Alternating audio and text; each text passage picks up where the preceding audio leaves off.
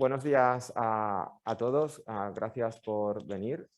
Tengo el placer de poder presentar esta mesa redonda, ¿no?, donde vamos a tratar la integración de la simulación con los servicios asistenciales, ¿no? Como muy bien sabéis, la simulación hoy en día está causando mucho ruido, será por algo dentro de, ¿no?, de los profesionales. Y bien, ¿no?, dentro de esta semana de simulación que hemos inaugurado aquí, aprovechando la inauguración del centro del Hospital Vallebrón y que hemos realizado, tenemos el placer hoy de estar, bueno, componentes o expertos a nivel nacional e internacional, ¿no?, podríamos decir, que nos van a dar su conocimiento, a transmitirlo. Estoy seguro que nos van a hacer reflexionar, nos van a inspirar, ¿no? Y sobre todo en estos temas de esto de qué es la simulación, ver que esto no son maniquís, son otras cosas, ¿no? Y cómo se integra, ¿no?, los servicios asistenciales dentro de distintos puntos de vista. Para ello vamos a hacer como 3 bloques de temas, ¿no? Habrá uno que nos vamos a dirigir a la transferencia de la simulación, habrá un segundo bloque que vamos a intentar hablar de las dificultades, las resistencias y posibles soluciones, y finalmente vamos a hablar del impacto que pueda tener, ¿no?, la simulación en los servicios asistenciales. ¿No? Todos sabemos que puede consumir tiempo, recursos, ¿no? Pues qué impacto puede tener. Aquí están los protagonistas. Si los tuviese que presentar, me comería más de la mitad del tiempo por los amplios currículos que tienen todos ellos. Así que les quería pedir, ¿no?, si pueden hacer el favor de presentarse, ¿no? Y empezaremos la sesión. Así que bienvenidos, bienvenido el público. Y si quieres empezar. Jordi, muchas gracias, y gracias al hospital y al Centro de Simulación por vuestra invitación y compartir mesa con queridos amigos y expertos. Soy Nacho del Moral, yo de formación clínica soy especialista en anestesiología. He trabajado durante 15 años en el Hospital Marqués de Valdecilla en Santander y el año 2009 di un salto al vacío para dedicar mi labor profesional a la ciencia de la educación en salud, al apoyo a los profesionales sanitarios en su desarrollo profesional y al mundo de la simulación. Dirijo el Hospital Virtual Valdecilla y pues os podría decir que mi pasión es cómo apoyar la transformación de las organizaciones, cómo catalizar esa transformación que todos sentimos que necesitan utilizando herramientas como puede ser la simulación. Muchas gracias. Muchas gracias, y si nos permites te voy a llamar Nacho por la amistad por y eso es, Nacho, a todos. Nacho. Muchas gracias. Yo también quería seguir a Nacho en felicitaros por la invitación y que ha sido un placer estar aquí. He visto el centro, maravilloso, tenéis un potencial increíble. Bueno, me llamo José Francisco Dolz Lago, para los amigos Paco Dolz. Llevo en el mundo de simulación, pues más o menos como Nacho, desde creo que toda la vida, porque lo estaba comentando con Manolo Gómez Fleitas, que los cirujanos soy de formación quirúrgica, hemos estado simulando toda la vida, pero bueno, ya de forma muy activa desde el año 2008 que empezamos nuestros cursos de formación en el Hospital La Fe. Luego fui director del área de simulación clínica hasta el año 2019, me he reincorporado como jefe clínico al área quirúrgica nuevamente y sigo llevando todos los programas formativos que genera el Servicio de Cirugía General y Laboratorio Digestivo en el mundo de la simulación. Mi mayor impacto es en el mundo de los residentes, en la formación quirúrgica. Sin ellos yo no existiría como docente. Me gusta su convivencia, me gusta sus miradas cuando acabamos todos los cursos y cómo con esos ojos brillantes nos dan a todos los docentes las gracias. Eso es lo que me motiva y lo que sigue marcándome seguir y proseguir en el mundo de la simulación hasta que me jubile y probablemente después también en el mundo de la simulación del campo, que estoy también metido en la huerta valenciana. Muchas gracias. Bueno, yo soy Alberto Centeno, soy veterinario de formación base, derivado a la gestión, vengo de La Coruña, del Centro Tecnológico de Formación, y mi evolución fue, yo entré en el mundo de la investigación, montando una unidad de cirugía experimental en el hospital. Empezamos a hacer formación, como decía, y simulación con los cirujanos, y empezamos a ser amados y odiados dentro del hospital, ¿no? Porque los cirujanos tenían un lugar donde poder practicar, entrenar, y los clínicos no lo tenían, ¿no? Entonces hicimos una reconversión de nuestra unidad a montar un centro de formación multidisciplinar, donde nos metimos ya de lleno en el mundo de la simulación, coincidiendo con fechas, 2008, 2009. Yo creo que todos los centros empezamos en este país sobre esa época. Y en la actualidad, pues no soy veterinario, simplemente soy un gestor, facilitador, no soy docente, me dedico a la gestión y a la dirección del centro, y me gusta definirme ni como director ni como gestor, simplemente facilitador. Soy una herramienta para que los profesionales del entorno sanitario de La Coruña puedan realizar docencia utilizando la simulación, ¿no? Gracias. Bienvenido. Yo soy Antonio Román, soy el director asistencial de este hospital.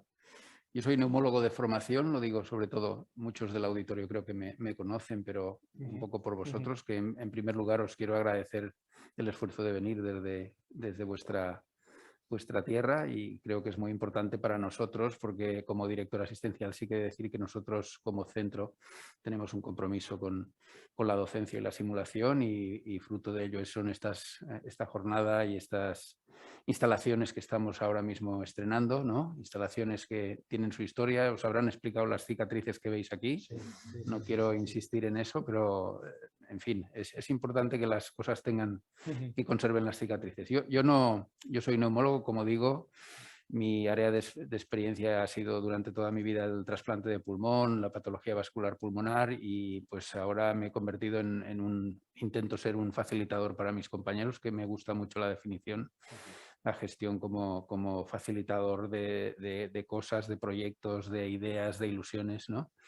Y que también es una manera de ayudar a los demás, que tiene su trascendencia. Gracias. Pues muchísimas gracias a todos por venir. Queremos aprovechar cada minuto de vosotros. Yo soy Jordi Bañeras, soy cardiólogo y soy coordinador del Centro de Simulación Clínica Avanzada de aquí del centro. Para empezar y calentar motores, me gustaría hacer una primera pregunta a Nacho, ¿no? Por toda la experiencia y larga trayectoria que tiene, si nos podrías compartir, ¿no? Un ejemplo que habéis tenido de cómo integrar la simulación en los servicios asistenciales en vuestro centro, ¿no? ¿Qué puertas hay que llamar? ¿Qué hay que hacer? ¿No? Los trucos, ¿por dónde podemos empezar? Pues mira, gracias Jordi, y si me permites voy a cambiar la pregunta. Bien. Que es, quiero contaros un fracaso. No quiero contaros un fracaso, porque yo pienso que de los fracasos también uno muestra su vulnerabilidad, ¿no? Y de que las cosas no salen siempre bien como uno, y después quizás el aprendizaje de eso, ¿no? A qué puertas hay que llamar o no hay que llamar. Recuerdo antes de la pandemia, llega un sistema de simulación que es un pulmón, ¿no? Es un sistema de simulación para la ventilación pulmonar, etcétera. Un sistema muy avanzado, muy interesante. Entonces, un grupo de profesionales, instructores de Valdecilla que trabajan en el hospital virtual, dicen, ¡guau! Vamos a montar un programa de formación en ventilación no invasiva y en ventilación invasiva en asmáticos que van a flipar. Entonces, bueno, pues se ponen a diseñar el programa, sus objetivos docentes, una enorme ilusión con un interés de ayudar. Crean 3 ediciones del programa para que vengan unos 12 participantes en cada una, es decir, 36 profesionales para el hospital. Y entonces se lanza el programa, pues eso, neumología, anestesiología, todos, ¿no? Urgencias, no invasiva, pues. Y entonces la primera sesión vienen 4 personas. Y dicen, joder, aquí hay algo que no está funcionando bien. Esta gente no se ha enterado de lo que hemos hecho, ¿no? Y entonces la segunda edición vienen 5. Dicen, bueno, pues aquí hay algo que estamos haciendo mal, probablemente no hemos hecho una buena publicidad del curso. Entonces, para la tercera edición vamos a publicitarlo y a ver cuántos vienen, ¿no? Entonces vienen otros 5. Entonces la frustración de decir, joder, con todo el interés que he puesto, con lo que tenemos aquí, con las máquinas, ¿qué corcho ha pasado, no? Y entonces, quiero decir, el curso salió muy bien, no fue un fracaso desde el punto de vista docente, pero sí fue un fracaso desde esa integración que estamos hablando, ¿no? Que es lo que nos trae aquí. Entonces, reflexionamos de dónde está ese gap, ¿no? De lo que nosotros hicimos y de lo que la asistencia necesitaba, ¿no? Y precisamente yo creo que el aprendizaje que tomamos de ello es que hicimos un programa basado en unos objetivos docentes y unos intereses nuestros sin escuchar al mundo y a los profesionales clínicos y asistenciales, que son de alguna manera los que tienen que marcar la pauta de la actividad y del entrenamiento que hacemos en los centros como este, ¿no? Entonces, esa desconexión, no sé si he sido capaz de ilustrarlo lo que hicimos, esa desconexión fue el motivo de ese fracaso, ¿no? Entonces, ¿qué te diría yo de aprendizaje o qué puertas hay que llamar? Pues para que eso no suceda o no nos vuelva a suceder, tener el oído muy fino y mucha sensibilidad para entender cuáles son los desafíos asistenciales y cómo desde nuestra expertise, diseño, metodología, podemos asociarnos para ayudarles, ¿no? Y eso es lo que diría así como una primera Qué buen intervención. mensaje, ¿no? O sea, la simulación nace del trigger de los asistenciales, Claro. y ahí después vienen los docentes. Exacto, ¿no? exacto. Yo Y creo no que empiece al revés, que es qué bien. lo que hicimos, ¿no? Qué buen mensaje. Gracias. Paco, te quería hacer también una pregunta, ¿no? En relación a que, bueno, hoy en día estamos llenos de simuladores, ¿no? Podemos replicar espacios de alta fidelidad, de baja fidelidad, ¿no? Entonces, bueno, estamos inmersos en un mundo de la simulación. Y tú tienes mucha experiencia en crear programas. ¿Qué nos dirías? ¿Qué marcos utilizas o qué estrategias para decidir qué programa puede tirar adelante, puede tener éxito, ¿no? Porque aquí nos pueden venir todos los asistenciales y todos quieren hacer cosas, ¿no? O sea, ¿qué nos podrías recomendar, ¿no? Pues al hilo de lo que ha dicho Nacho, que es verdad que tener una sensibilidad especial con los asistenciales hay que estar muy receptivo. Entonces, esos son los programas que van a funcionar. Evidentemente, tenemos nuestra misión, nuestra visión, nuestros valores, y cualquier programa formativo tiene que ir en esa línea de la filosofía de nuestra organización. Entonces, todos aquellos programas que coinciden con nuestra misión y visión y los valores que tenemos, pues bienvenidos sean. Lo que pasa es que en cualquier centro de simulación tienes que hacer una oferta de producto. Somos simuladores, tenemos que formar en simulación antes de llegar al paciente. Entonces, hay una serie de programas, sí o sí, que forman parte del paquete de oferta de cualquier centro de simulación, que van desde las habilidades técnicas, las habilidades no técnicas, liderazgo, trabajo en equipo, ayuda mutua, empatía, comunicación de malas noticias, que ese programa pues, tiene que formar parte del inicio, sobre todo de los más jóvenes. Esto es un éxito, esto es una apuesta segura de un programa que contacta con la gente y que sí que lo percibe. Luego están todos aquellos programas donde la propia organización quiere introducir mejoras en los protocolos, en las actuaciones que surge en cualquier sala quirúrgica. Ahora me ha salido el programa que me motivaba por la enfermera, que era la supervisora que nos comentaba pues toda la implementación de las mejoras postquirúrgicas de digestivo. Entonces, pues estamos montando ese programa a demanda y ese programa de éxito que va encaminado a nuestras enfermeras. Otro grupo muy importante, porque ahí está basado, yo creo que el núcleo fundamental de la chispa por donde nació la simulación, es el error. El error en general genera una repercusión fundamental, trágica, sobre nuestros pacientes, con resultados a veces no reversibles.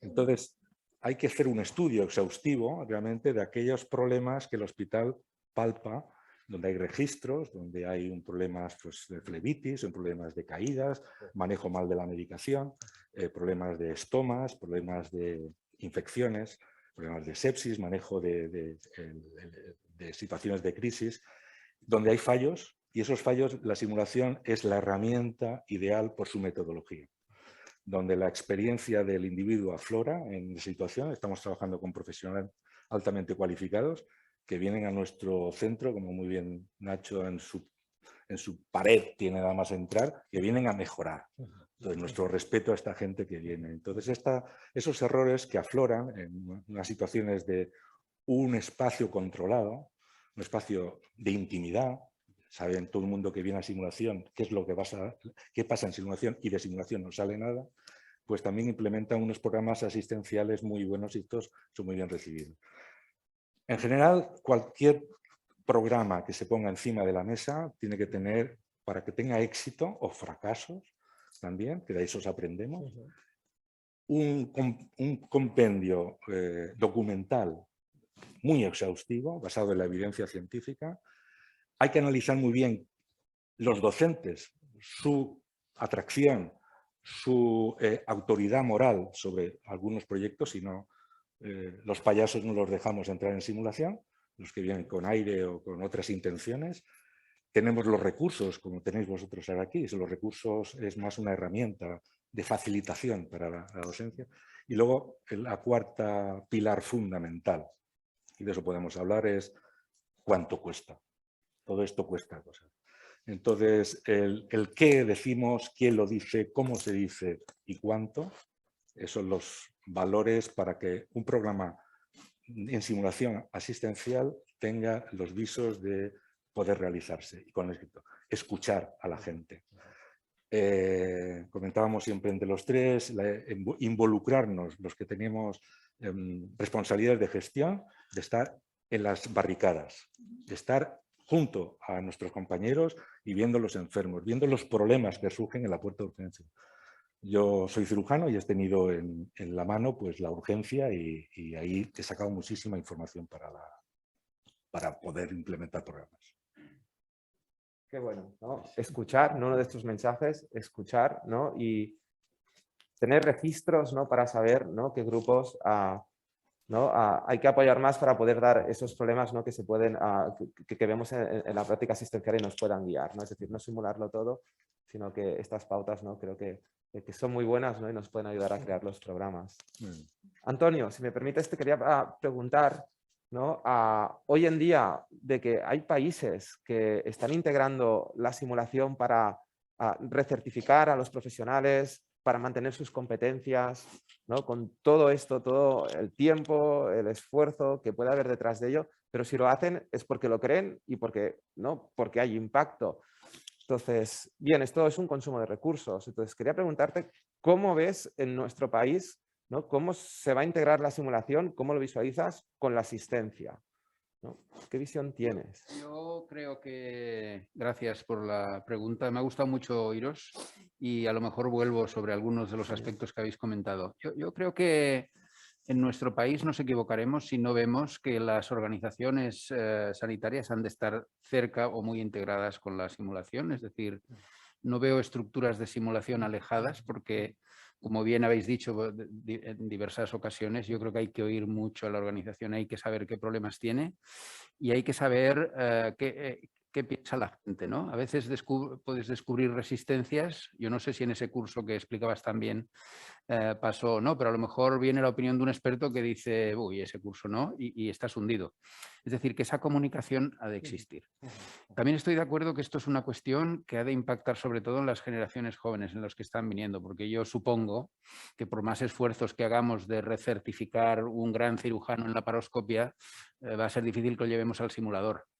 Va a ser difícil porque él ya cree que tiene su vía de expertise y seguramente se equivoca, seguramente, pero ya hay una barrera generacional ahí que no tienen los jóvenes digitales y gamificados que tenemos ya, las generaciones que veo aquí, que ya vienen con esa capacidad desde pequeños y por lo tanto yo creo que ahí está la gran diferencia. Sin ninguna duda, hay que estar muy atentos a los expertos, a la opinión, qué es lo que hay detrás de todo esto. Luego viene la cuestión de qué priorizar y cómo priorizar, que también la habéis comentado, ¿no? Viene la cuestión de costes y luego hay una cuestión muy importante que también aparece aquí, que son, esto está todavía en crecimiento, hay que hacer desarrollos. Es decir, esto no está todo hecho, ni mucho menos, sino que hemos de seguir inventando, seguir añadiendo cosas, ¿no? Y por lo tanto tampoco nos podemos equivocar estratégicamente. Hemos de tener unos cuantos proyectos de simulación de mucho éxito que sirvan de ejemplo para seguir con la tendencia. Es evidente que la filosofía de la simulación es clave para formar profesionales y para mantener la formación y para mantener las habilidades y esto cada vez va a ser más claro. Nosotros, los que estamos aquí, somos de la generación que aprendimos haciendo en vivo y en directo. Eso cada vez es más, como diría yo, cada vez ha de estar más en el centro de la crítica de la manera de hacer. No parece que sea una cuestión para el siglo XXI. No creo que acabemos el siglo XXI con formación de profesionales en salud que se formen como nos formamos nosotros en el siglo XX. Yo creo que eso no puede pasar, ¿no? Por lo tanto, y resumiendo, creo que las instituciones de simulación tienen mucho sentido muy imbrincadas con las instituciones sanitarias, que es una comunión no de unos cuantos celebrats, como diem aquí, ¿no? Unos cuantos entusiastas del tema que están allá aislados en una parte de la organización, sino que es una cultura que se ha de extender hacia la organización, que hay que focalizar en las generaciones nuevas, las digitales y gamificadas que vienen ahora, y verlo como normal, como un paso necesario para la formación que va a añadir seguridad, que va a añadir capacidades de una forma mucho más racional, mucho más sensata que se ha hecho hasta ahora. Qué bueno, ¿no? Qué buenos mensajes, Antonio, ¿no? Y me quedo sobre todo con este mensaje, ¿no? Que has utilizado la palabra de la cultura y las generaciones jóvenes, ¿no? Que también es responsabilidad de los que llevamos más tiempo, ¿no? Saber adaptarnos, ¿no? Y entender, ¿no? A la evolución de muchos inputs, ¿no? Las nuevas tecnologías, ¿no? Y que, bueno, no es lo mismo enseñar, ¿no? Como se enseñaba, ¿no? Hace unos años, a cómo se tiene que enseñar hoy en día. Alberto, por tu gran experiencia, ¿no? Con modelos experimentales, hay muchísimas simulaciones, ¿no? Hay simulaciones robóticas, hay simulaciones escénicas, simulaciones online, los Serious Games, ¿no? Pero tienes mucha experiencia con la simulación experimental. Entonces, este primer bloque que hemos abierto, ¿no? Que va en relación a los asistenciales, quería preguntarte cómo de cerca o cómo de lejos, ¿no? Está la simulación experimental con la transferencia hacia la asistencia. Hoy en día la simulación experimental es irreemplazable. Bien, es verdad que hay que buscarle el encaje en calidad y en cantidad. La tendencia mundial es la utilización optimizada del modelo animal. El modelo animal tiene que utilizarse contadas veces y siempre pasando con una formación estructurada de los cirujanos.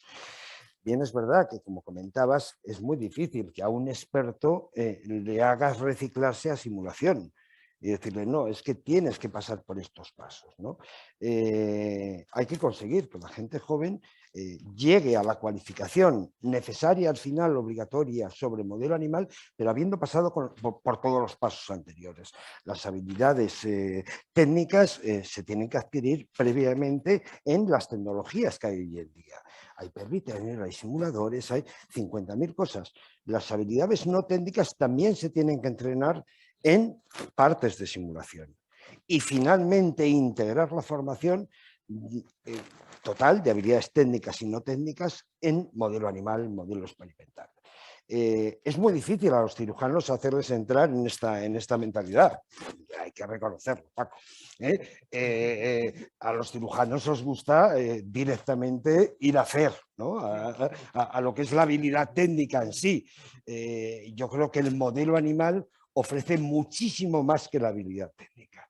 Y hay que entrar también en la utilización del modelo animal sobre la habilidad no técnica.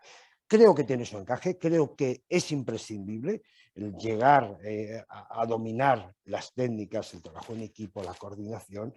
Yo creo que en este país la simulación empezó con los cirujanos hace 40 años, 35 años, en el mundo del trasplante. Todos los hospitales que empezaron a hacer trasplante empezaron a hacer formación de equipos haciendo trasplantes sobre el modelo animal. O sea, los cirujanos entraron en el mundo de la simulación hace muchísimo tiempo. Bien, es verdad que se han quedado encasillados en la parte de simulación experimental. Todos los pasos previos de simulación de habilidades técnicas no acaban de entrar en ello y hay que estructurarlo y hay que organizarlo. Pero todo tiene su encaje y yo creo que es imprescindible. Bien, ¿no? Claro también este mensaje, ¿no? Quería finalizar este primer bloque, ¿no? Que algunos de vosotros habíais dicho que habíais hecho algunas anotaciones, por si queríais comentar entre vosotros, ¿no? Si creéis algo que debamos, algún otro mensaje resaltar, y posteriormente iríamos al segundo bloque. O sea que adelante. Yo quiero hacer una reflexión sobre lo que has dicho, Antonio, que pienso que es una de las claves de la mesa que nos ocupa, que lo has expresado así con las manos. No puede haber una estructura de simulación y una estructura asistencial, ¿no? Yo creo que así empezó, como empieza todo hace muchos años, que es una estructura de simulación que hace cursos, pero efectivamente lo hemos conversado tú y yo, ¿no? O sea, el ejemplo patente del fracaso de eso ha sido durante la pandemia, ¿no? Durante la pandemia no ha habido momento con más demanda de entrenamiento y de capacitación profesional que durante la pandemia, y se han cerrado casi todos los centros de simulación, porque estaban totalmente desconectados de la asistencia. Si hubieran estado como un servicio de radiología integrados dentro de la asistencia, los centros de simulación hubieran tenido una enorme cantidad de trabajo, como ha sucedido en algunos sitios, ¿no? Entonces, yo creo que ese es uno de los pasos de evolución que tenemos que dar, sobre todo los que nos dedicamos a la simulación, que es dejar de gravitar todo en torno a nosotros y cambiar el foco y decir, todo gravita en torno a la asistencia, ¿no? Y nosotros tenemos que ser los que nos movamos hacia esa escucha, o sea, romper estos muros no físicos, pero sí mentales, de decir, bueno, a ver cuándo vienen, ¿no? Sino voy a ir para ver cómo puedo ayudar, ¿no? Esa es una manera de romper esos dos bloques que tú comentabas y que me ha parecido crítico, ¿no? Bueno, una reflexión. Sí, sí, muy buen mensaje. Gracias por compartirlo, ¿no? De que tenemos que, ¿no? que estar ahí, integrarnos, ¿no? Si no, no tiene sentido, la integración es totalmente fundamental. Y la integración no depende de los asistenciales, depende de nosotros, ¿no? Nosotros tenemos que ser los que estemos ahí a vuestro servicio, a vuestra disposición, con esa escucha que hemos comentado y que habéis dicho antes, para que realmente eso suceda, ¿no? Sí, yo, a raíz de lo que ha dicho Nacho, el cierre en la pandemia de los centros de simulación ha sido relativo. Yo fui uno de los primeros centros en España y cuando tuvimos la crisis de ébola nos pusimos a trabajar porque una crisis asistencial muy dura. Luego, afortunadamente, en Valencia recibimos la primera paciente que tenía ébola y allí saltaron todas las alertas. El gerente se puso en contacto con nosotros y me dijo, Paco, ¿qué podemos hacer? Ante esa demanda montamos un curso para más de 400 profesionales sobre la prevención de la transmisión de la infección. En la pandemia, desde el minuto 1, el Hospital La Fe se puso en marcha con la experiencia que había adquirido con el ébola e hicimos el programa de formación para todo el EPI y simulación escénica en casos de infección por coronavirus. Nuestra tasa, el impacto de ese curso de formación no lo tengo medido, pero sí que a nivel emocional repercutió muy positivamente en todos los que realizaron aquellos cursos. Estuvimos activos, estuvimos las puertas abiertas y la gente acudió. Programas experimentales, surgimos un hachazo increíble. Nuestro programa de formación de residentes se paró, porque ante el pánico de aquel momento, pues paralización de todas las actividades, pero creo que fue un error porque no sabíamos, ahora estamos en una tasa de infección por 100.000 casi superior a la que teníamos y estamos todos haciendo. El desconocimiento de aquella época fue a veces el motivo del cierre, pero sí que tuvimos oportunidades y las aprovechamos a partir de nuestras webinars y nuestra información general. El centro de simulación, quiero decir en el fondo que siempre se va a estar ahí. Ante una demanda social, una demanda del propio hospital, es el que tiene que dar la respuesta. Y estoy convencido, ¿no? Que aunque no lo tuvieses medido, seguro que tuvo un impacto, ¿no? Y esa gran capacidad de reacción por tener ya un centro montado y ahora hay una demanda urgente y nosotros podemos dar respuesta. Qué bueno, ¿no? Qué buen ejemplo, ¿no? Que nos has dado, ¿no? Con la simulación, todo lo que se puede llegar a hacer. En vez de la parálisis, aquí estamos. Estamos en una voluntad de servicio, pues, le estamos demostrando. Somos los facilitadores de toda la formación. Y ese programa de éxito completo, vamos, no... Yo creo que aquí pasó algo similar, ¿no, Jordi? Yo creo que tú también lo puedes comentar y explicar, a pesar de las cicatrices que veis, que eso significó hacia dónde fue la parada de los espacios de simulación. Yo, un poco por la gente que está aquí, es verdad que hace 40 años que empezó esto y empezamos trasplantando cerdos en un sitio que ya no existe, que ahora es un aparcamiento, que eran literalmente unas pocilgas. Y ese fue el primer centro de simulación que hubo en este hospital y que podemos llegar perfectamente, sabemos dónde está localizado. Yo esto lo viví en primera persona y lo recuerdo muy bien. Y es una alegría ver que aquello es historia y que estamos en una fase en la cual intelectualmente y culturalmente ya estamos viendo una manera de afrontar esto de otra manera. Y efectivamente, ¿no, Antonio? Nosotros también, ¿no? Llegó la pandemia, ¿no? Y desde Docencia Simulación reflexionando y cómo podemos ayudar, ¿no? Y efectivamente, pues bueno, se creó un programa, ¿no? Que se llama ABAT, ¿no? De agentes biológicos altamente transmisibles, que sirvió para el COVID, para entrenar a todos los residentes que se incorporaban, pero que se ha quedado, ¿no? Se ha quedado porque este mundo hemos visto que es una incertidumbre, ¿no? Entonces, bueno, ahora pues bueno, cada vez que se incorporen los nuevos residentes, pues ya se ha quedado en las semanas de bienvenida y de formación inicial, ¿no? Tener este programa que nosotros hasta ahora pues no lo teníamos reglado, ¿no? Y a raíz de esta necesidad, pues este se ha quedado, ¿no? Creo que también es un ejemplo, ¿no? De una necesidad, ¿no? Que surge, ¿no? Hacia la asistencia, ¿no? Clara. Y también pensando, ¿no? En hacer otras actividades, ¿no? Pues bueno, también nos embarcamos en los modelos online, ¿no? Pensando también cómo ayudar, ¿no? Y cómo podíamos entrenar, ¿no?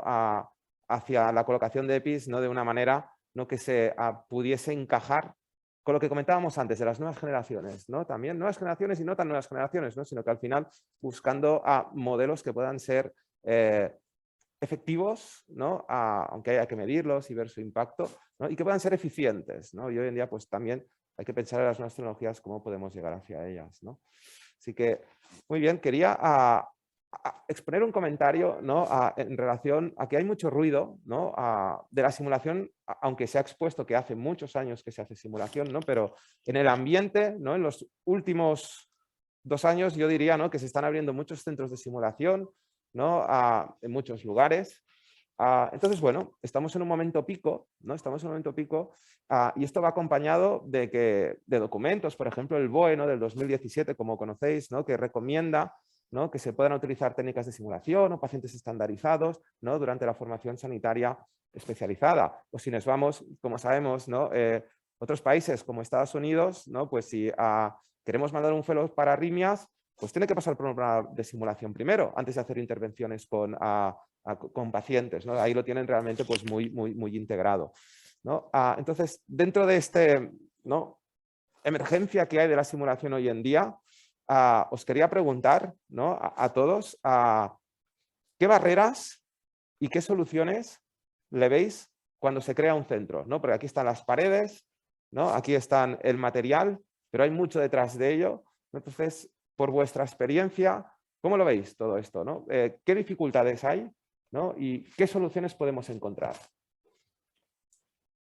Bueno, es algo que las barreras van a existir siempre en el modelo generacional. Ahora hablaremos un poquito más en profundidad de quién lo va a solucionar. Pero pienso que la gente que ha estado trabajando honestamente hasta el siglo XXI,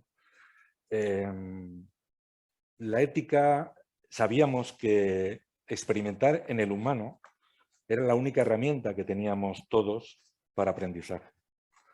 En el siglo XXI esto es intolerable, y lo quiero decir muy claramente. Hay herramientas que simulan perfectamente muchas técnicas quirúrgicas, procedimientos invasivos, relaciones de equipo, en fin.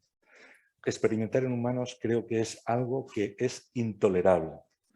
Pero ¿qué hacemos con las personas que no han adquirido la suficiente experiencia, que están en esa fase de la curva ascendente de mejora?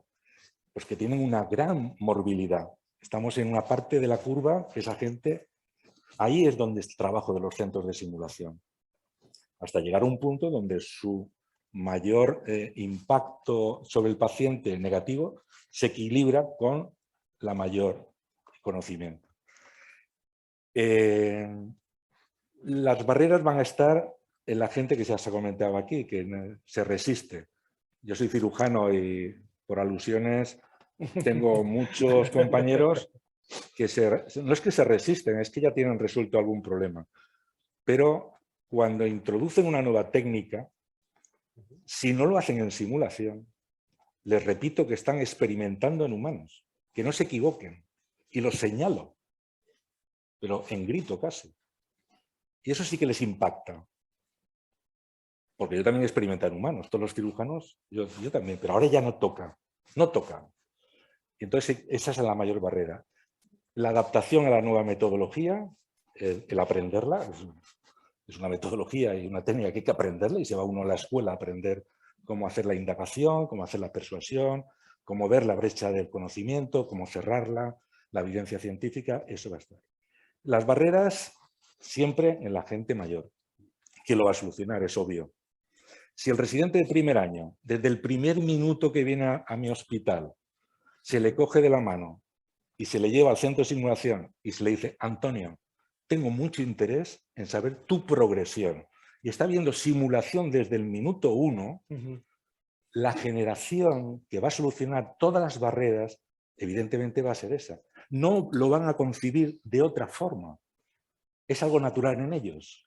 Cuando vayan a aprender una técnica de colocación de un COI en un aneurisma cerebral, evidentemente cogerán al paciente DICOM, lo pondrán en su simulador como lo tenéis aquí, se hará la simulación del aneurisma, le meterán los COIs y al día siguiente harán la intervención por radiología intervencional. Pero le verán algo natural. Esto va a venir con el tiempo, hay que tener un poquito de paciencia. Y hay cirujanos pues, apasionados como yo, como con Manuel y con mucha gente, que esperemos que seamos ese abanico que se va abriendo y que se va inyectando en los demás.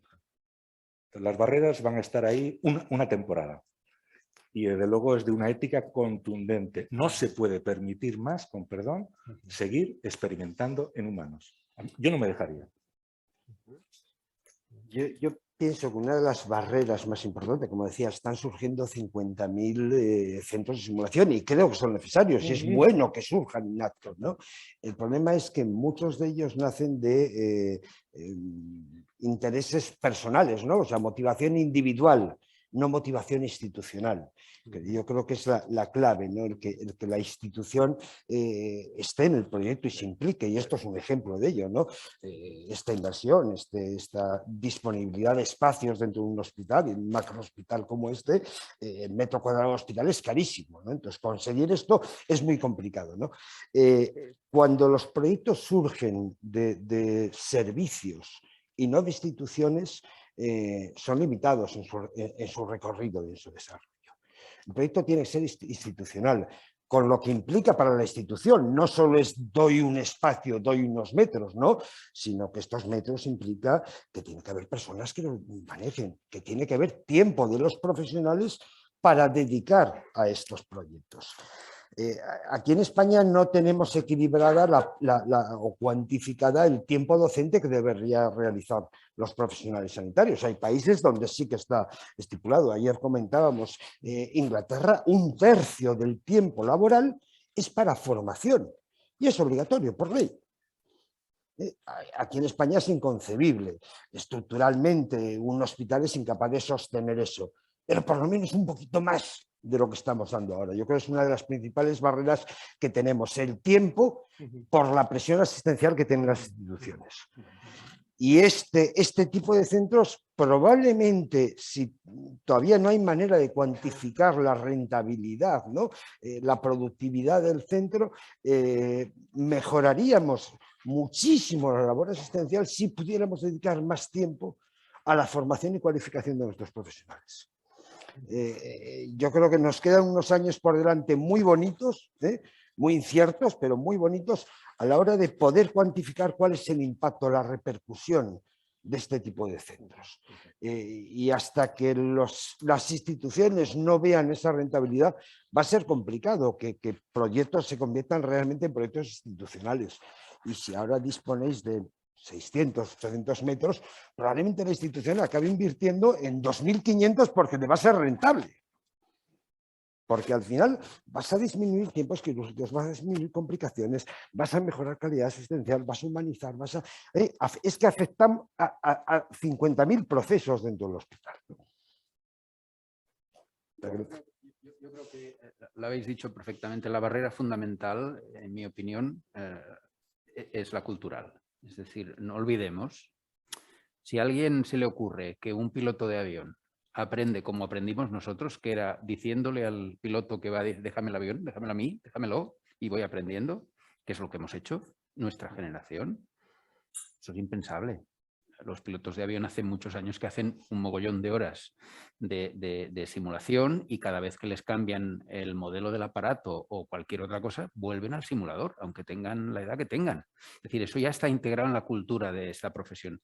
Nosotros para nada. O sea, nosotros de estudiantes matábamos porque nos dejasen tocar un enfermo. No digo de residentes, que sí. Y esa es la cultura que hemos vivido nosotros. Y eso es una barrera, desengañarse, no está superada. Todavía encontraréis, por eso digo, cuando aparece un curso que no tiene éxito, ojo, que no haya un líder que opine que esto no sirve para nada, que puede ocurrir. Por lo tanto, yo creo que aquí la barrera es, como muy bien has expresado, la siguiente generación, el que llega nuevo, el que ya le cambia la cultura. Y luego hay una cosa que también hemos de tener en cuenta. Vivimos una sociedad digital, de imagen, la tecnología ha de ser mejorada. Es decir, si tenemos gamificación, si tenemos otras cosas, ha de ser cada vez más, ¿cómo diría yo?, más atractivo desde el punto de vista de la imagen. Y aquí hay un camino para recorrer todavía. Es decir, todavía no es tan divertido como puede llegar a ser, por decirlo de alguna manera. Y ese es un camino que yo creo que se ha de recorrer con los que lideráis la simulación y tenéis que hacer un esfuerzo para que eso vaya mejorando, pero ahí también hay una oportunidad de hacer participar a profesionales, a gente, a integrar a los clínicos que han de desarrollar todo esto, que han de co-desarrollarlo, y por lo tanto el camino es apasionante, pero la barrera cultural, que es la peor barrera que puede haber, nadie simplifique las cosas y piense que eso pasado mañana, cuando vean el centro de simulación y les demos 2 vueltas por aquí, ya está todo adaptado, porque no será así, ¿no? Porque nosotros venimos de la escuela de apartar a un compañero y decir, déjame tocar a mí, déjame que yo ya mismo voy haciendo. Claro, y esta es la escuela nuestra, no lo olvidemos. Entonces, una cosa es trabajar en simulación y ver claro hacia dónde va a ir el futuro y darle vueltas a la cabeza y por lo tanto tener esa cultura, y otra cosa es vivir en tu mundo, el que sea, y adaptarte a los nuevos tiempos, es más difícil. Ayer estábamos comentando en la sesión que hicimos dentro del contexto de la inauguración del centro, un colega mío, José Maestre, que trabaja en el hospital virtual, hacía una reflexión que creo que es una manera de conceptualizar lo que estamos hablando, ¿no? Y es que las organizaciones sanitarias son organizaciones que están muy orientadas a la tarea. Hay que sacar trabajo adelante. Hay una enorme presión de producción y cuando uno entra por la puerta, su enfoque es hacer cosas, ver pacientes, acabar con la lista de espera, tengo 35, ¿no? Entonces, hay otro tipo de organizaciones, porque a la vez que hay que trabajar y orientarse a la tarea, cada vez es más complejo lo que hacemos y más cambiante, y lo hemos vivido en estos 2 años, ¿no? Entonces, el modelo ideal de organizaciones orientadas al aprendizaje, organizaciones que aprenden durante su trabajo y de su trabajo, ¿no? Ese yo creo que es una manera de conceptualizar lo que estamos hablando y es el enorme desafío, y de alguna manera lo que estamos haciendo hoy y donde estamos hoy es una inspiración para esta transformación. Y esta transformación, yo creo que la barrera está en todos. Me voy a permitir dirigirme a ti como uno de ellos, ¿no? Como líder asistencial de la organización, que puede ser decir, oye, esto no está funcionando bien, tenemos que aprender a hacerlo mejor, ¿no? Entonces, buscar esas oportunidades y luego también desde nuestros lugares como centros de entrenamiento, decir, ¿cómo podemos facilitar que una organización con una enorme presión asistencial pueda encontrar facilidad para aprender de ello? Y poner rigor metodológico, poner ciencia a la hora de ayudarte y ayudaros a pasar de la tarea que hay que hacerla al aprendizaje de esa tarea, ¿no? Que yo creo que es donde está el desafío. Creo que es un punto, has puesto sobre la mesa un punto clave, ¿no? Porque, por ejemplo, ¿no? La semana pasada leía una noticia, ¿no? de un equipo de rescate, ¿no? Que decían que hacían 5 simulaciones a la semana. Y yo me preguntaba, wow, y aquí que vemos, ¿no? Cada uno de nosotros, X pacientes al día, ¿cuántas simulaciones hacemos, ¿no? Entonces, aquí, ¿no? Estamos hablando de resistencias, pero lanzas el mensaje de cómo hacerlo, ¿no? ¿Qué metodología de aprendizaje o si me permites, qué micros aprendizajes se pueden hacer, ¿no? Pues para realmente hacer pequeñas simulaciones, o ahora que hablas del tema del debriefing, ¿no? Y realmente incorporar aprendizajes, ¿no? Porque lo que está claro es que no podemos parar, ¿no? Y pretender, ¿no? Desde mi punto de vista, ¿no? A que todos los asistenciales, ¿no? Pretendamos hacer simulaciones escénicas, ¿no? En un escenario, montarlo, todos sabemos lo que cuesta, ¿no? Y semanales. Entonces, ¿cómo hay que reflexionar? Entonces me gusta mucho el mensaje, ¿no? De cómo buscar esos aprendizajes, ¿no?, en el día a día. Yo creo ¿no? que todas las organizaciones nuestras tienen un montón de herramientas, a veces desperdigadas, que van en el objetivo de que aprendamos del día a día, desde pues el debriefing de un problema de seguridad o la dirección de procesos cuando revisa un proceso porque algo no funciona, o la simulación. Todo eso tendrá que integrarse, y ya no digamos lo que viene ahora de la inteligencia artificial, que va a ser fundamental. Es decir, que de los mismos resultados de lo que tú vas haciendo cada día vas a aprender qué estás haciendo mal y qué puedes mejorar. Sí. Es decir, todo eso yo creo que va a tener que integrarse. Es decir, que las organizaciones complejas y en particular las de salud, o empiezan a tener mecanismos de autoaprendizaje clarísimos y rotundos y bien coordinados, porque son cosas que cuando las miras así, yo creo que veo manchas un poco dispersas, a veces no conectadas.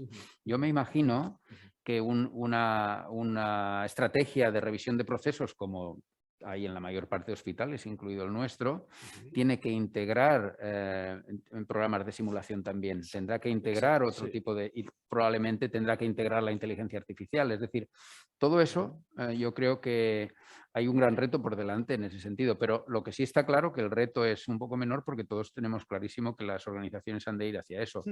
Y luego todo lo que va a comportar, o sea, no es menor el tema del autoaprendizaje y el cambio de roles profesionales que va a aparecer también ligado a todo este cambio cultural, ¿eh?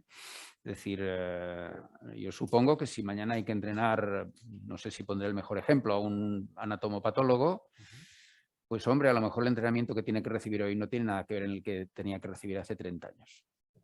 A lo mejor con todas las condiciones de seguridad, porque a lo mejor en poco tiempo el diagnóstico ya vendrá hecho por un mecanismo de inteligencia artificial mejor que la coincidencia que puedan tener 3 patólogos, por ejemplo, ¿no? Y por lo tanto el rol acaba de cambiar. Es decir, que todo este mundo, yo creo que nos vamos un poco de la simulación, pero la simulación sí que ha de estar integrada en todo este proceso. Hay que conseguir que la simulación acabe dentro de los servicios, dentro del ADN del servicio. Yo tengo un ejemplo dentro de nuestro hospital. Nosotros teníamos dificultades con que la parte de pediatría acudiera al centro, ¿no? Por complejidad de personal de enfermería, de rotaciones de gente. Entonces, optamos por decir, bueno, si vosotros no venís a nosotros, vamos nosotros a vosotros. Vamos a trasladar la simulación a vuestro entorno laboral, simulación in situ. Empezamos a conectar. Al principio la gente era reacia. Conseguimos que 2 médicos y 2 enfermeras entraran en nuestro juego, porque al final era un juego propuesto por nosotros, y empezamos a hacer simulación, pues nada, 1 horita, los jueves a las 12 del mediodía, más tranquilo aquello. Bueno, pues en una salita de allí empezar a hacer simulación.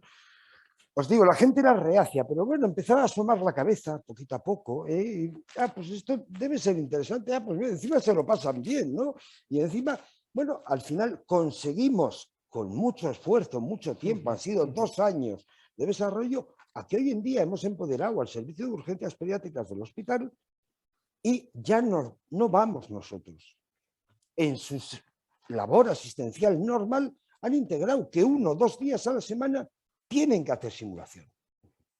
Y al final es el servicio el que lo hace, en su entorno laboral. Es posible, es difícil, pero es perfectamente posible. Se ha cambiado la urgencia pediátrica en nuestro hospital. De ser un lugar lúgubre y tal, los comentábamos ayer, bueno, al final el servicio se plantó y dijo, no, es que aquí es imposible trabajar, esto hay que urbanizarlo, esto hay que... Y fue la simulación la que metió eso, bueno, se paró urgencias, se hicieron obras, se pintó, se llenó de muñequitos, se optimizó la estructura del servicio de urgencias, ¿no? La usabilidad, que es uno de los temas que vosotros trabajáis, ¿no? Se ha utilizado la simulación para mejorar todo esto. Antes de ser un gallinero, llegas ahora y a urgencias es un balneario. Te lo comentan los pediatras cuando bajan a urgencias. Dicen, es que antes esto era una casa loco, es que ahora, dice, una tranquilidad, se han cambiado protocolos, se ha mejorado. Han sido 2 años de trabajo duro, pero al final la simulación ha mejorado. ¿Cómo cuantificas esto? Es muy difícil de cuantificar, son valoraciones subjetivas, ¿no? al final el mensaje es, los centros de simulación somos importantes, pero al final el profesional, que es el que lo necesita, si no lo integra él en su ADN, en su mentalidad, en su labor asistencial, no iremos a ningún sitio.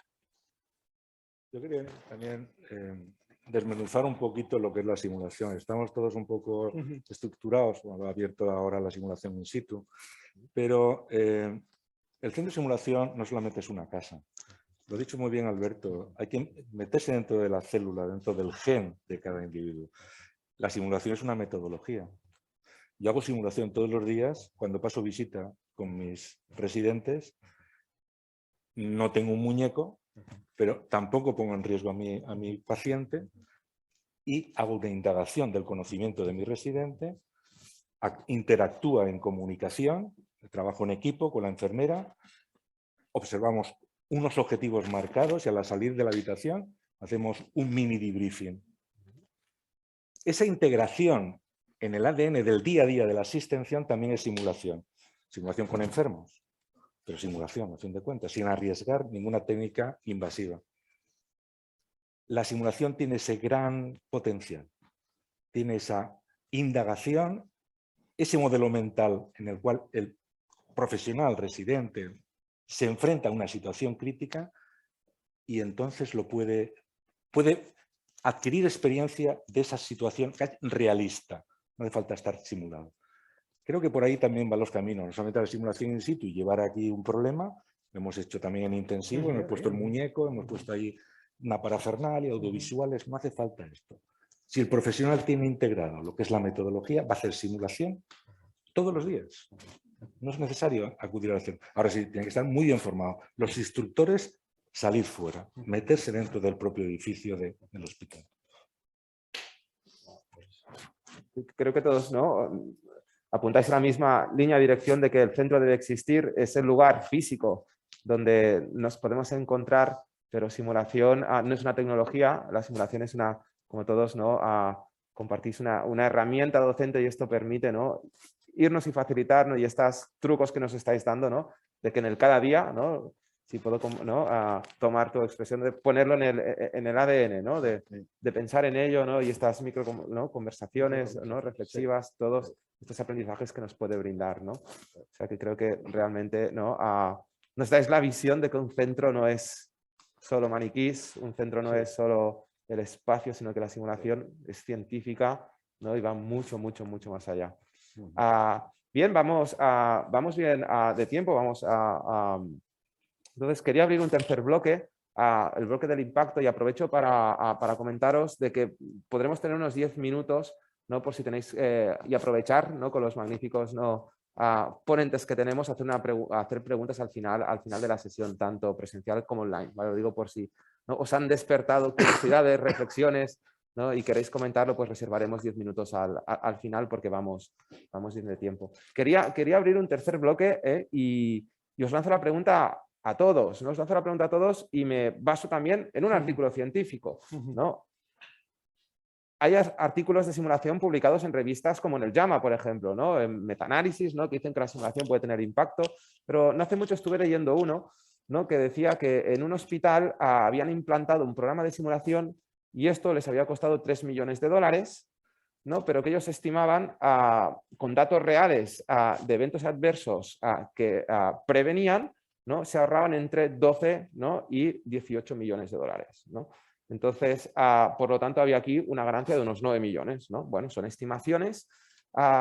Entonces, quería abrir, ya como tercer y último bloque, algo que me preocupa mucho, ¿no?, o que nos preocupa a todos, ¿no?, que es el impacto. Sí. El impacto de lo que estamos haciendo, ¿no? Porque aquí tienen que venir docentes, tienen que venir técnicos, tienen que venir alumnos, profesionales, ¿no?, muchos profesionales, tienen que venir lo que lleva al centro, ¿no?, está integrado dentro del hospital, hay que mantenerlo, ¿no?, todo esto que ya sabéis, ¿no? Entonces, aquí, ¿dónde está el retorno de la inversión, ¿no? ¿Dónde está el impacto? ¿Cómo podemos esto demostrarlo, ¿no?, en este sentido? ¿Qué pensáis de todo esto? Yo haría sobre todo esto me ha venido un concepto que creo que es muy interesante y que es estratégico también, ¿no? Hablabas antes de proyectos estratégicos, que es el de la simulación traslacional, ¿no? O sea, la idea de, antes de ponerme a diseñar cualquier programa, ¿no? Yo creo que el rigor de pensar por una parte cuál es la necesidad, cuál es de alguna manera el dilema, cuál es la china en el zapato que hay en la organización, como el input a la hora de organizar la actividad, antes incluso de ponerme a diseñar, pensar en el output, en los KPIs, en los indicadores, en la visión de lo que yo quiero conseguir, en la traslación, ¿no?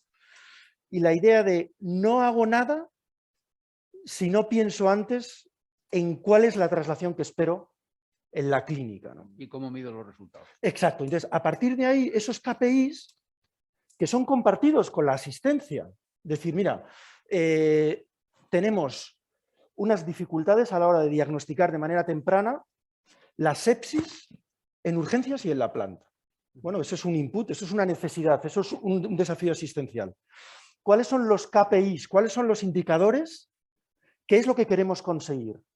Queremos conseguir un inicio del tratamiento antes de que el paciente baje a la UCI, queremos conseguir que en cuanto sale la analítica a los 2 minutos, la asistencia tenga ya datos como para diagnosticar y darle al botón de sepsis.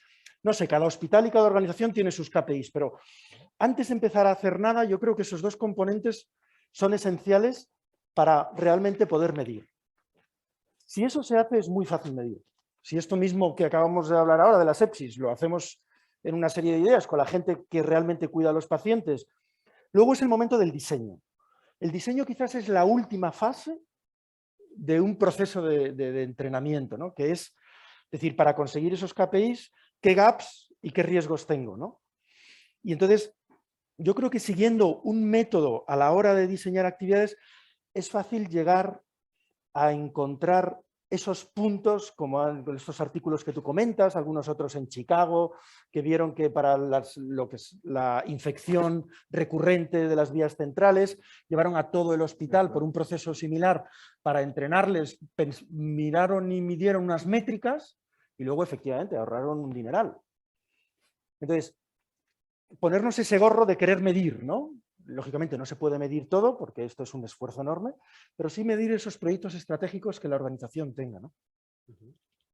No sé si estas ideas... Sí, sí. Antonio, ¿cómo lo ves? No, yo creo que la medida, esto es una constante en gestión, porque estás todo el día planificando y Claro. haciendo, no solo en simulación, ¿no? Cada vez que planificas una cosa, la siguiente pregunta es, bueno, ¿y esto sirve de algo o no sirve de nada? Primera pregunta. ¿De qué sirve? ¿Cuánto me cuesta? Claro, exacto. Y al final eso es, ha de formar parte de la planificación. Hay que medir los resultados relevantes y hay que saber hacia dónde van esos resultados y a partir de ahí ya calculas el precio, los costes, etcétera. Esa es una cosa que yo creo que en la sanidad pública todavía tiene recorrido. Todavía no somos muy buenos haciendo esto y de hecho muchos estudios en el mundo de fármacos que se hacen de coste-efectividad pues tienen, yo he colaborado en algunos, tienen críticas bastante rotundas de metodología, ¿no? Por lo tanto, yo creo que sí que es cierto y suscribo absolutamente el discurso en el sentido de vamos a planear hacer una acción y el ejemplo es muy bueno, cómo entrenar a la organización para bajar el índice de flebitis de, me lo invento, del 5% al 2% y eso luego lo traduces en dinero rápidamente. Pero esto hay que ver, estoy en el 5, voy a bajar al 2 y la acción concreta que propongo es esta y la hago y te pones unos plazos, etcétera. Pero yo creo que nos falta a veces la cultura, digo, nos falta en general, a nivel directivo eso está un poco más arreglado, pero incluso ha de ser una cuestión cultural que los clínicos, que la gente que trabaja en simulación diga, bueno, voy a medir el impacto que esto tiene, luego sale una publicación como esa que habéis visto, porque en esa cultura sí que tienen la costumbre de medir lo que hacen y cuánto cuesta. Evidentemente, a ver si me explico bien y no, pues voy a ponerme en la otra posición. Somos científicos todos, todos somos muy serios y nos leemos la evidencia científica y estamos al día. El impacto está muy bien, es fundamental. Nadie se ha salido el ejemplo del piloto de líneas aéreas, que yo creo que nadie se montaría en un avión con el piloto número 1 de su promoción, en teoría, si no ha hecho 0 horas de simulación. En esta sala no se montaría nadie. Probablemente el aprobadillo raspado que lleve 50.000 horas de vuelo, pues ese sería un valor seguro. Me iría con mi nieto, lo sentaría, iría tranquilo de aquí a Nueva York si la pensión me da. Eso es algo evidente. Entonces, no nos obsesionemos, hay que medirlo, somos científicos y todo, estoy perfectamente de acuerdo. Sobre todo aquellos programas estratégicos donde el coste-beneficio tiene que estar muy demostrado. Pero no nos obsesionemos de querer dar evidencia a lo evidente. Es evidente que una persona que llega al hospital y se le pone delante de un muñeco de RCP, cuando se vaya a suceder en sala una parada, eso va a tener un impacto. Todas estas situaciones, es evidente que un cirujano que llega recién llegado, si no se pone en un trocar, es mejor que lo ponga dentro de un muñeco y que se sepan las líneas de sangrado, la epigástrica, etc. Todas estas cosas hay que medirlo todo. El que no mide no sabe lo que se encuentra. Pero no nos obsesionemos, ¿vale? Hay montones de trabajos en la literatura que han demostrado ya, yo recuerdo uno de Seymour en Annals of Surgery y de Gallagher, estaba en Belfast, sobre la colecistectomía, ¿no? El impacto, todas esas mediciones se han hecho muy bien, de la traslación de la realidad virtual al paciente. Yo creo que ahora, en este momento, no creo que haya en ningún hospital, ningún comité de ética que te permita hacer un estudio de Gallagher que se hizo en el año 2002. Un doble ciego randomizado de coger un grupo de residentes entrenados en realidad virtual y luego ponerlos a hacer una colecistectomía y un grupo control. Eso no hay ningún comité de ética ahora que lo permita. Si yo pongo en marcha un programa de ese tipo, para medir lo que está claro, estudios randomizados, aleatorizados y a doble ciego, multi-hospital, me lo van a tumbar. Son nivel 1 de evidencia. Podemos medir a otra serie de medidas. ¿Qué simulador es mejor que otro? ¿Dónde tengo más eficiencia? Pero yo no concibo tampoco una enfermera no entrenada que empiece a poner catéteres frente a otras entrenadas y medir la flebitis. No sé si me explico. O sea, no nos empeñemos un poco en hacer evidencia de lo evidente. Yo ahí coincido mucho con Paco. Yo creo que la simulación aporta muchos intangibles que son muy difíciles de cuantificar, pero que todos tenemos la percepción de que aportan, de que suman valor, de que mejoran. Cuantificar el gasto de un quirófano, pues sí, es esencial, ¿no? Que el sistema está en quiebra y si conseguimos que mejore un poquito, pues bien, pero en el día a día, una optimización de recursos, una optimización de tiempos, no les podemos cuantificar. Todos creemos que lo estamos haciendo bien y tenemos la percepción de que el grado de satisfacción, el grado de coordinación, el grado de mejora, el grado de aprendizaje es positivo. Entonces, al final, pequeños positivos tienen que acabar sumando al sistema. No todo es medible y yo creo que al final el sistema, cuando más lo vayamos integrando y hagamos que la colectividad piense en común, en simulación, ahí es cuando realmente veremos resultados, ¿no? Nuestro amigo Oscar, ginecólogo, tiene un programa obsesionado con el impacto. Pero si es que ya una enfermera francesa demostró con un muñeco que la distocia de hombro mejoraba simplemente con el trapo. Y lo está demostrando Oscar, está ya publicándolo, la disminución a cero, problemas de distocia de hombro. Y bien, yo no voy a poner en mi centro un programa pues está demostrado. O sea, el que no se forma en simulación en distocia va a tener problemas. Yo creo que está claro y tenéis razón, nadie va a hacer un ensayo randomizado con según qué cosas, porque el modelo de estudio que se plantea yo creo que que es diferente. Nadie va a randomizar dar antibióticos o no darlos en la neumonía. O, en fin, hay miles de cosas que no funcionan así. Pero en el mundo que nos ocupa, en el mundo de la simulación, sí que representa un cambio de estrategia que puedes comparar lo que estabas haciendo y lo que estás produciendo de nuevo. Y ese es el modelo al que hay que ir. Yo no creo que... Yo no me refería a plantear randomización, pero sí decir, ¿de dónde parto? ¿Dónde estoy? O sea, la pregunta, el dilema clínico que tú te planteas tiene que tener números y resultados y expresarse en un problema que luego eso lo puedas volver a medir después de la acción, la que sea. Sin duda. Y este es el planteamiento que yo hago, para nada, y estoy de acuerdo, no hay que obsesionarse tampoco y muchas veces vas a hacer una acción y no vas a tener un cuadro de comandament adecuado de saber esto hacia dónde va, pero es deseable que cuando lo plantees tiene mucho más fuerza a la hora de que un gestor, y vosotros lo sois, analice qué vas a hacer, qué propones hacer, dice, hombre, y además podremos medir esto y sabremos si mejoramos en lo otro, eso tiene mucha elegancia. Pero yo creo que vamos a este modelo de qué estamos haciendo, paramos el día 1 de mayo y a partir del 1 de mayo hacemos esto y vemos qué pasó respecto al previo. Pienso que además tiene otra vertiente del tema de la investigación que no tiene que ver, efectivamente, y estamos todos en la mesa de acuerdo, que es, hablábamos de, tengo un desafío, tengo unos KPIs y voy a diseñar una intervención.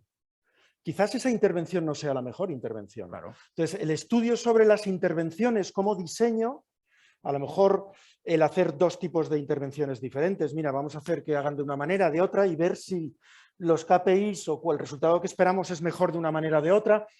Es verdad que es otro foco de la investigación diferente en el que también tenemos que inspirarnos como científicos para ir encontrando los mejores, o sea, de alguna manera los mejores estándares para el diseño, ¿no? No cualquier forma de enseñar sirve. Entonces, esta puede ser también un campo en el que podemos, pues seguramente, pues mostrar al mundo cómo diseñar para conseguir una cosa o la otra, ¿no? O sea, he comentado al principio que me ponía un poco en el sitio de abogado del diablo. Me encanta, porque yo estoy contigo. Es una forma de provocar. Sí, y estoy contigo, Paco, pero vamos, aquí no hay nadie en sala que no firme un proyecto con una evidencia y con un contraste, eso está claro. Y yo soy documentalista, aparte de cirujano y simulador. O sea que a la recogida de datos es fundamental. No sabemos andar si el camino que estamos haciendo. Y la comparación de modelos, no todo está claro en simulación.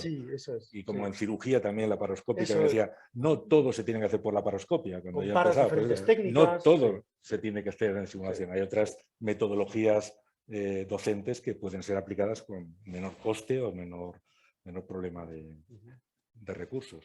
A mí me transmitís un mensaje de tranquilidad, ¿no? Porque hemos puesto ejemplos, hemos puesto ejemplos, ¿no?, de habilidades técnicas, ¿no?, de algunos programas, ¿no?, de cirugía, entre otros, ¿no?, que puedan tener impacto y que hay que estudiarlos y hay que medirlos, ¿no? Porque a veces hay algo que ya no vamos a medir porque se da por supuesto. Pero sabemos que la gran fuente de errores, ¿no?, y eso es así, ¿no?, las instituciones vienen de los equipos en las famosas habilidades no técnicas, ¿no?, que a veces las llamamos de otras maneras, ¿no? Pero bueno, ¿no?, la comunicación quedaría para hablar de días, ¿no?, liderazgo, trabajo en equipo, eso que no nos enseñan en las universidades, y es así. Y el primer día que después los profesionales sanitarios vamos al hospital, nos tenemos que comunicar con la gente, nos llaman por teléfono, nos piden cosas, ¿no? Y esto, ahí hay un vacío, ¿no? Entonces, ahí la simulación, ¿no?, es una herramienta que ofrece, ¿no?, que ofrece muchísima ayuda. Entonces, el hecho de hacer cursos, ¿no?, y poner objetivos de que vamos a trabajar una habilidad no técnica y que lo hagamos en un espacio simulado, saber que, bueno, lo vamos a medir en ese espacio simulado con alguna, ¿no?, con una escala validada, ¿no?, pero nos vamos a ir a la clínica y esto va a suceder, ¿no? ¿Cómo lo vas a medir? Realmente imposible, porque intervienen ahí tantas variables, no me quedo tranquilo en el sentido de que, ¿no?, hay cosas, ¿no?, que son así, ¿no?, y que no le tenemos que dar muchas vueltas tampoco, porque al igual también lo vamos a medir mal, ¿no? Y probablemente vaya a tener un impacto. Y todos nosotros, yo creo que, ¿no?, después de hacer algunos cursos, ¿no?, nos hemos encontrado a esos alumnos, ¿no?, en alguna situación de crisis en el hospital y hemos dicho, wow, han pasado por simulación y esto lo están haciendo de esta manera y lo estoy percibiendo, ¿no? O sea, es algo que se percibe ahí en el ambiente, se percibe, vaya, yo creo en eso, ¿no? De hecho, por eso también metí la simulación, ¿no?, porque creo que me ayuda como profesional muchísimo a una parte de mi profesión que no me habían contado, Entonces, yo creo que estoy de acuerdo en ello, ¿no? Que hay que medirlo, no todo lo que se pueda, pero hay cosas, ¿no?, que sí son muy difíciles de medir, y para medirlas mal, si creemos que va a tener la transferencia, pues la satisfacción de que estamos haciendo las cosas bien, ¿no? Si estáis de acuerdo, ¿no? Yo creo. Muy bien. Estamos ya casi en hora.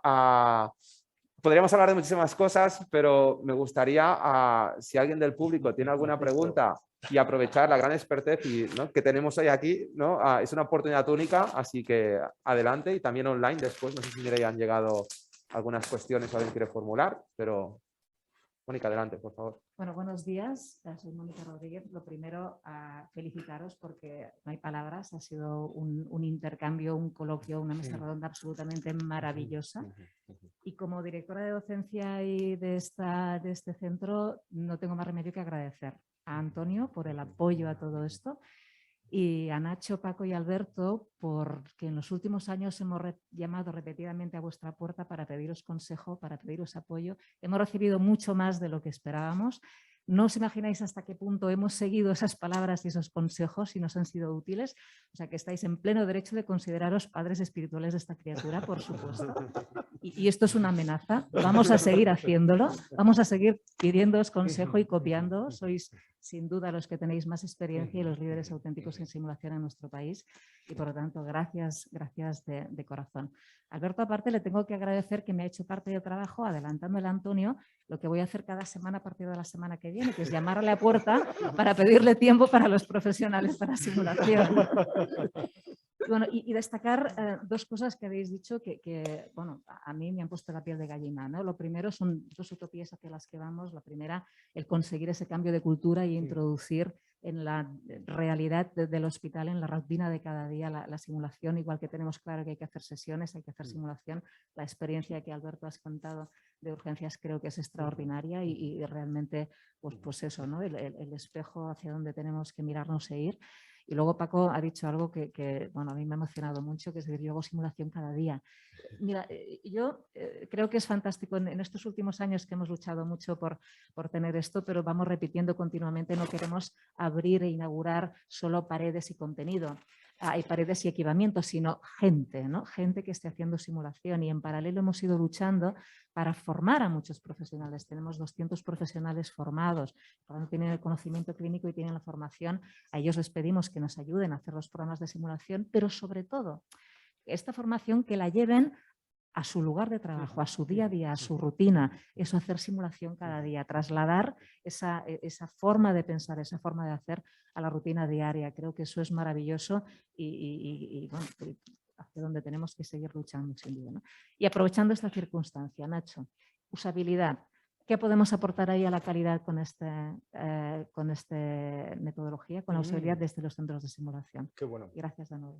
Súper interesante. Y si estuviera aquí Ignasi Maspón, más experto que yo en usabilidad, o sea que tenéis aquí a una persona que sabe un montón. Y yo creo que viene a cubrir una necesidad, ¿no? Hablábamos antes, que no sea el rabo el que mueva al perro, sino que sea el perro el que mueva el rabo. Que no sea porque tengo un simulador voy a hacer algo, sino cuál es la necesidad y luego diseño, ¿no? Yo creo que todos los clínicos tenemos la vivencia de habernos encontrado con alguna tecnología o con algún device, con algún aparato en nuestro lugar de trabajo diciendo, corcho, ¿y esto aquí? No, es que te hemos puesto un nuevo sistema avanzado de historia clínica o de ecografía transesofágica, ¿no? Entonces, cuando uno empieza a utilizarlo, se da cuenta de que no es como el que tenía antes, estaba acostumbrado a uno que me iba muy bien, y por qué ahora nadie me ha consultado y me hacéis trabajar con un aparato con el que no quiero. Bueno, pues es un discurso, yo creo, que todos tenemos dentro, ¿no? Entonces, fruto de esta necesidad, desde hace unos años estamos profundizando, indagando en la ciencia del factor humano, que de alguna manera lo que viene a transmitir es, entiende primero a la persona y luego adapta a la persona a la tecnología y no la tecnología a la persona. Entonces, esa ciencia del factor humano tiene una de sus patas, que es la usabilidad. Por supuesto que a todos los aparatos se les da por supuesto que funcionan. Esto no viene a decir si una cosa funciona o no funciona, porque para eso están los ingenieros, están los expertos y está la tecnología. Sino que lo que viene a decirnos es, oye, ¿esto cómo se usa? ¿Cuál es la manera más segura de usarla? y antes de poner al profesional a usarlo, conoce muy bien cómo se usa esa tecnología, cuáles son sus aspectos o tareas relevantes y luego ponle al profesional a utilizarlo en un contexto de seguridad, ¿no? Entonces, de alguna manera, la usabilidad viene a medir el grado de seguridad, el grado de facilidad en el uso de los dispositivos sanitarios, ¿no? Y estos espacios son espacios muy interesantes para hacer ese tipo de experimentos porque permiten hacer esas tareas relevantes sin tener delante a un paciente en el que podamos poner en riesgo, ¿no? No sé si así de una manera... Yo voy a ser de abogado del diablo. Por favor. Porque hay dos tipos de personas. Yo soy de uno, no diré de cuál. Sí. Es de aquel que tiene un aparato nuevo y hasta que no se lee la última instrucción no lo enchufa y se lo mira. Sí. Yo tengo un cuñado que se ha leído, se sabe de memoria las instrucciones del coche. Yo no sé dónde las tengo. Eso es. Entonces, esto que hablábamos antes del factor humano es muy importante, Sí, ¿no? sí, sí, No, sí, no sí. abriremos el melón de la comunicación y de las habilidades no técnicas, que eso da para una jornada entera, pero aquí yo creo que impacta, en este Sin ejemplo duda. que tú ponías, impacta mucho. Totalmente. Llega a decir, bueno, ya me explicará el que está allí, a ver, dime Claro, cómo se enchufa el esto. dilema de todo esto es que un mal uso daña al paciente. Entonces esa es la pipi, la lucecita naranja, ¿no? Está aquí Manolo Fleitas, que viene de Santander. Recuerdo uno de nuestros viajes a MedStar, al National Center for Human Factors in Healthcare en Washington, donde, estando en una sala con ellos, nos ponían un ejemplo de un daño real a un paciente por el uso de una bomba que se acababa de adquirir en el hospital y que no sabían cómo usarla. Y entonces, bueno, pues fue un clínico con toda su mejor intención y... Entonces, este es el dilema de la usabilidad, esa es la enorme potencialidad que tenemos trabajando con la usabilidad, ¿no? Que es facilitar a los que toman decisiones cuál es la forma más segura y a los clínicos que la usan para que se sientan confortables y confiados. Porque hay un campo enorme, porque yo Sí, te podría garantizar sí, que dentro de un servicio sí. no encontrarás que todo el mundo conoce todos los aparatos que hay en el servicio bajo ningún concepto. Exacto. O sea, tú vas a cardiología y los aparatos que utilizan los cardiólogos, y además cada vez más. que no sabes ni lo que son. ¿no? Ayer lo hablábamos, yo le ¿Sí? preguntaba a Nacho, digo, las máquinas de anestesia hoy en día tienen tal potencial, digo, ¿qué tanto por ciento del potencial de la máquina realmente utiliza el anestesista? Un 20%. El 20%. No llega más. Y si no alguno llega es un más. poco geek, le da el 50%. Pero Claro. no, y con eso, con todo, efectivamente. Esta usabilidad también viene a la hora de la gestión, de decir, la optimización de la adquisición de los recursos. Claro. Si yo necesito A, B, nada más, ¿por qué tengo que comprar algo que me cuesta el doble, que me ofrece C, D, E, F, G, que no voy a utilizar nunca? ¿No? Entonces, probablemente si como gestores, utilizando este tipo de instalaciones, este tipo de centros, les hacemos participar en la toma de decisión en base a la necesidad real, yo creo que el sistema mejoraría muchísimo. Hay mucho campo, sí. Brutal. De hecho, hay un centro en Monte Sinaí, tiene un centro de simulación específicamente para usabilidad. Sí.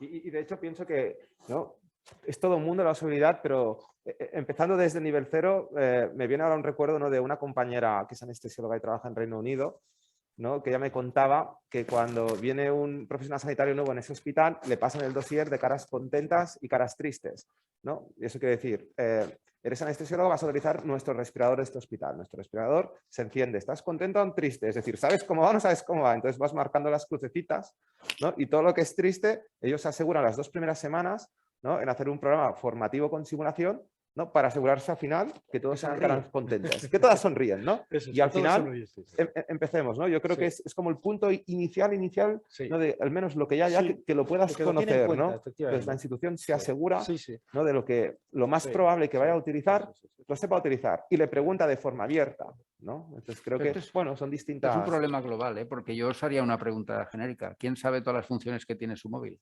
10% utilizáis, 15%, pero queremos el móvil que tenga el 140%. Sí. Claro, ahí está lo que dice Alberto, ¿no? El decir, oye, mira, pues si son solo estas funcionalidades, es más seguro que solo tengas esto y además porque te va a costar menos. ¿no? O sea que es... No, bueno, no hay sea que algún día experiencias... llegue, ¿y esto para qué sirve? Sí, sí, sí. Y ese, sí. esto para qué Sí, sirve igual sí, sí, genera el daño, ¿no? Hay experiencias muy bonitas de cómo la usabilidad ayuda y apoya la toma de decisiones en la adquisición de tecnología, ¿no? Como no solo el factor precio, sino el factor usabilidad y seguridad, ¿no?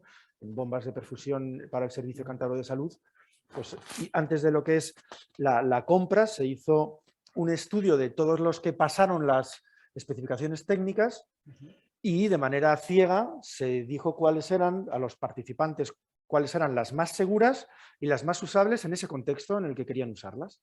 Y eso apoyó luego a tomar la decisión de la compra, ¿no? O sea, que tiene mucho que ver con esto. Bueno, Mónica, has hecho una pregunta que ya ves que nos has puesto a todos. Para ver, creo que había alguna otra pregunta. Si tenemos Hola. todavía un par, 3 minutos, sí, por favor. Hola, soy Edu del Parc Taulí y me gustaría que hablásemos de los modelos de incentivos de los formadores, porque habéis hablado de hacerlos en la jornada laboral, dentro del servicio, ¿no? También hay modelos de fuera de horario laboral que encajan a veces mejor con agendas. Un poco, sí, ¿cuál es vuestra opinión? Y si conocéis modelos innovadores de retribución sobre todo de los formadores. Mira, es un tema que me preocupó desde el primer momento y el enfoque, yo creo que es un enfoque erróneo si vamos a medir el dinero, y te lo digo sinceramente. El dinero no es el único motivo para que un docente dé una clase, tiene muchos más. Nosotros hicimos unas encuestas en nuestro profesorado donde teníamos una escala de valor y el dinero pasaba a un grado 4 o grado 5. Tiene un valor muy importante. Pero el respeto, el estar en un grupo de trabajo reconocido, el estar en un ambiente que te inspira y que te proyecta, estar a gusto con tus compañeros, estar formando nuevos proyectos de futuro, forman parte del aliciente, y no digo que es la gambita, pero es lo que va a tirar cualquier profesional que es joven. Cuando te vayas a tu casa y tengas nietos, probablemente tendrás que acudir a tu hijo y decirle que te encargas tú de la guardería porque tu hijo es el mejor preparado de la historia de este país. Y tu mujer te dirá, has estado hasta las 10 de la noche. La guardería, ¿quién la paga? ¿No? Tienes que llevarte algo, pero frente a todo esto, lo que está claro, y eso con Alberto hemos mantenido muchas discusiones, hay que ser muy coherente. Manos limpias, boletín oficial de la Generalitat Valenciana, de Asturias, en fin, de Santander, de Galicia, y lo que marca la ley. La ley lo marca todo. Marca la hora de auxiliar, lo que cuesta por la tarde, la hora de médico, docente con prácticas y sin prácticas, y es una regla que hay que mantener a rajatabla. Y aquellos docentes que vienen, que han venido, es que mi caché es esto, digo, en la Quirón seguro que lo haces muy bien. En la pública tenemos que ser honestos, honrados, demostrarlo, y es muy peligroso basarlo todo en el dinero, porque esos equipos, al final, muy bien el primer mes, joder, mira, ya me llevo 800 euros este mes de sobresueldo por los cursos de simulación. Al mes siguiente, hombre, me llevo 800 euros, no está mal. Al mes siguiente, bueno, los 800 euros de siempre. Y el siguiente dice, solamente me llevo 800 euros. Y el otro dice, oye, por 800 euros yo no voy a ir. Busca, y eso es una labor muy fuerte en todos los responsables de los centros de educación, dónde le pica y dónde le envenenas. El agente joven es un factor fundamental. Tiene proyección, tiene currículum, le puedes invitar a hacer proyectos de investigación y publicaciones, que vean una plataforma muy útil en su desarrollo profesional. A mí me ha funcionado. Y lo que sí que he tenido una mortalidad muy alta, y a ver si me entendéis, nos han muerto, de docentes que dejaron de estar cuando su currículum estaba ya a tope de gama. No querían seguir trabajando porque te quiero contar lo que gana un cirujano de cirugía bariátrica en la Quirón por la tarde, con 2 intervenciones solo de 1 hora y media, porque realmente es obsceno Y lo digo con toda claridad. Estamos en un país libre y estamos en un país donde la pública y la privada pues tienen puntos de... No, pero es obsceno. Yo ahí coincido con Paco. Yo creo que muy bien expresado. no todo hay se más. basa en dinero. Sí, está muy bien Yo, por articulado. supuesto, soy de los que piensa que el trabajo tiene que ser reconocido y pagado. Pagado en su precio justo, nada de mi caché es. Ahí con Paco hemos mantenido muchas horas de discusión de esto. También creo que el sistema tiene que reconocer esos tiempos de trabajo, porque parte de nuestra obligación en la labor asistencial es la formación de los profesionales que tenemos al lado, los residentes que tenemos al cargo. La institución tiene que reconocer esos tiempos. Si no es pagarles, por lo menos dar el tiempo para poder dedicar a. O sea, yo creo que tiene que haber un cambio de mentalidad global, de funcionalidad, de organización en el sistema, y no todo tiene que basarse en el sistema, en el dinero. Yo la deserción de docentes que he tenido, y normalmente nuestros centros tienen un nivel de deserción alta, tú formas a 100 instructores y de los 100 a los 2 años te quedan 50, si tienes suerte, igual son 40. Ese nivel de deserción, ¿por qué es? No es por cuestión económica, nunca. Es por conflictos internos dentro de... Yo he dedicado el tiempo, entonces este se está escaqueando, es que mira por qué el no querer entrar en ese conflicto dentro de los servicios, porque yo me dedico, fíjate, y encima se está forrando. Eso desmotiva a la gente. Entonces, bueno, el sistema tiene que acabar integrando y eso, conseguir meter en el ADN de los servicios, en que la formación, la docencia, es parte de nuestra labor asistencial. Muchas gracias. Han habido dos preguntas muy interesantes. Deberíamos ir ya terminando. Me gustaría, por el público, los que nos están viendo en directo, los que nos van a la posterior, ¿no? Mesa redonda, ¿no? Simulación en servicios asistenciales. Si nos podéis dar vuestro mensaje final. Sé que es muy difícil, pero que os gustaría que se pudiesen llevar a casa. Si puedes empezar a... Sí, bueno, mi mensaje final es celebrar con vosotros esta semana, daros la enhorabuena, y el desafío que tenemos todos de lo que hablábamos al principio, Antonio.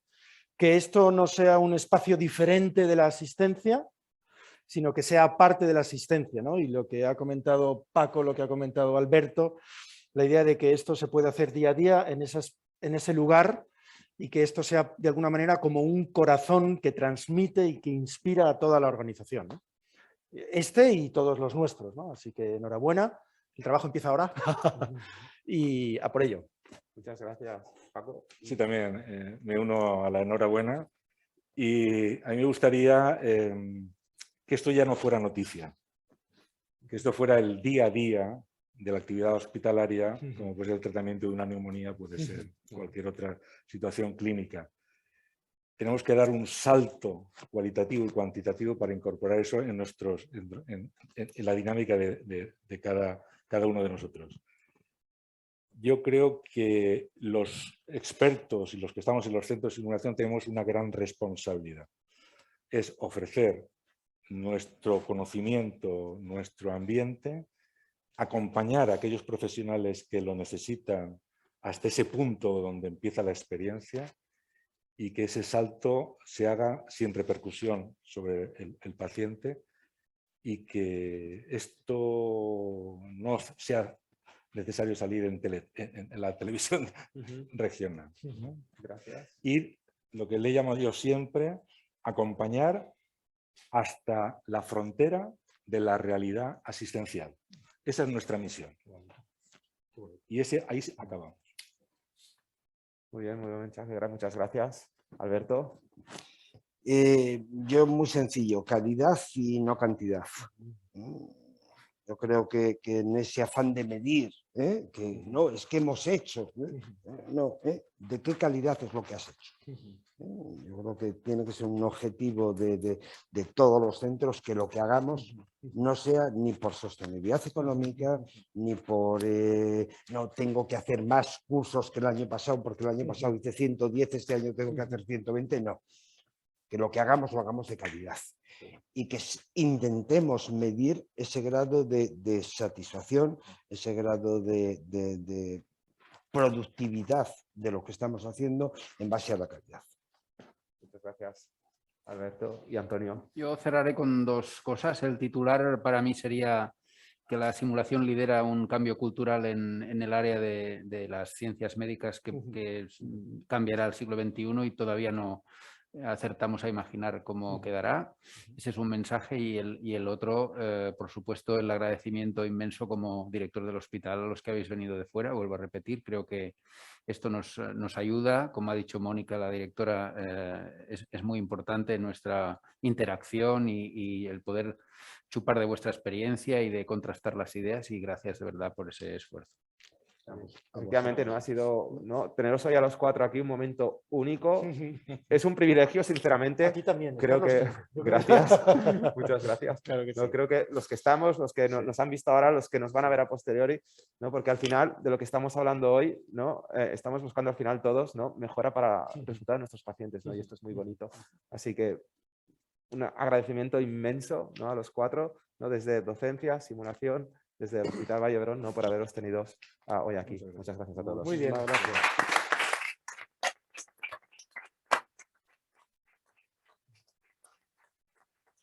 Bueno, muy bien.